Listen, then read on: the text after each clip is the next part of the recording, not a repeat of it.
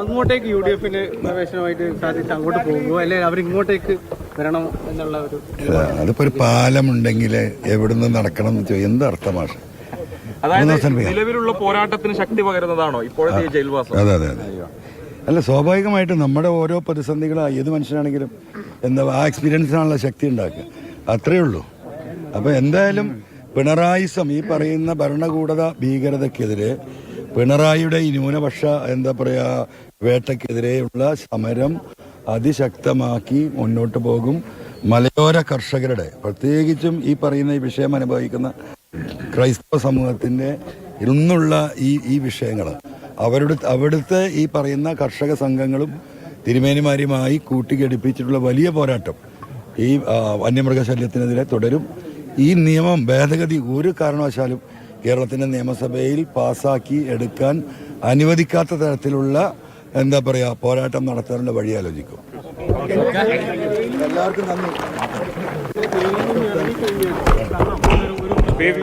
സംസാരിക്കുകയായിരുന്നു PV അൻവർ പറഞ്ഞ ഏറ്റവും പ്രധാനപ്പെട്ട ഒരു കാര്യം, ഞാൻ ഇനി ഒറ്റയ്ക്കല്ല, UDF-നോട് കൈകോർത്ത് പിണറായി വിജയനെതിരെ പോരാടും എന്നുള്ളതാണ്. പിണറായി വിജയൻ സ്വയം കുഴി തോണ്ടുകയാണ്. ഇത്രയും നാൾ വേറിട്ട് ഒറ്റയാൾ പോരാട്ടമാണ് നടത്തിയതെങ്കിൽ ഇനി ഒറ്റയാൾ പോരാട്ടമല്ല ഞാൻ നടത്തുക, UDF-നോട് കൈകോർത്ത് പിണറായി വിജയനെതിരെ പോരാടുമെന്ന് PV അൻവർ പറയുന്നു. ഒപ്പം ചില കാര്യങ്ങൾ കടത്തി പറയുന്നു. ഉച്ചയ്ക്ക് തന്ന ഭക്ഷണം ഞാൻ കഴിച്ചില്ല, ഉച്ചയ്ക്ക് തന്ന ഭക്ഷണത്തിൽ എന്തെങ്കിലും വിഷമോ മറ്റോ ചേർത്തിട്ടുണ്ടോ എന്ന് സംശയമാകാമല്ലോ, ആളുകളെ കുത്തിക്കൊല്ലുന്ന ആളുകളല്ലേ എന്ന മട്ടിൽ അല്പം കടത്തിയും പറയുന്നുണ്ട് PV അൻവർ. അപ്പോൾ PV അൻവറിന്റെ പുതിയൊരു രാഷ്ട്രീയ നീക്കം, ഞാൻ ഇനി ഒറ്റയ്ക്കല്ല, UDF-നൊപ്പമായിരിക്കും, UDF-മായി ചേർന്ന് UDF-നോട് കൈകോർത്ത് പിണറായി വിജയന്റെ ന്യൂനപക്ഷങ്ങളെ തകർക്കാനുള്ള ഗൂഢാലോചനക്കെതിരെ പോരാടും എന്ന് PV അൻവർ പറയുമ്പോൾ അത് പുതിയൊരു രാഷ്ട്രീയ നീക്കത്തിന്റെ തുടക്കമാവുകയാണ്. എന്തായാലും DFO ഓഫീസ് അടിച്ചു തകർത്ത കേസിൽ ജാമ്യം നേടി ഇപ്പോൾ PV അൻവർ തവനൂർ സെൻട്രൽ ജയിലിൽ നിന്ന് പുറത്തേക്ക് ഇറങ്ങുകയാണ്. അദ്ദേഹം നിലമ്പൂർ ഒതായിയിലെ വീട്ടിലേക്ക് പോവുകയാണ്.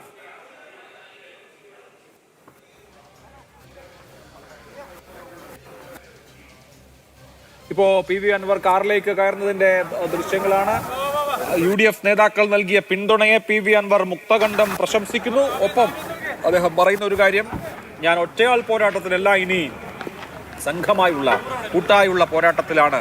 പിണറായി വിജയനോട് ഞാൻ ഇനി ഏറ്റുമുട്ടുക UDF-നോട് കൈകോർത്തുകൊണ്ടായിരിക്കും എന്ന് അദ്ദേഹം പറയുന്നു. ജയിലിൽ സാധാരണ നിലയിലൊരു MLA-ക്ക് ലഭിക്കേണ്ട പരിഗണന തനിക്ക് ലഭിച്ചില്ല എന്ന പരാതി കൂടി PV അൻവർ പറയുന്നുണ്ട്. PV അൻവറിന്റെ പുതിയ രാഷ്ട്രീയ നീക്കത്തിന് UDF-ൽ നിന്നും പച്ചക്കൊടി കിട്ടിയിട്ടുണ്ടോ? UDF നേതാക്കളുടെ അറസ്റ്റ് സമയത്തെ പ്രതികരണങ്ങൾ അതിന്റെ സൂചനയാണോ?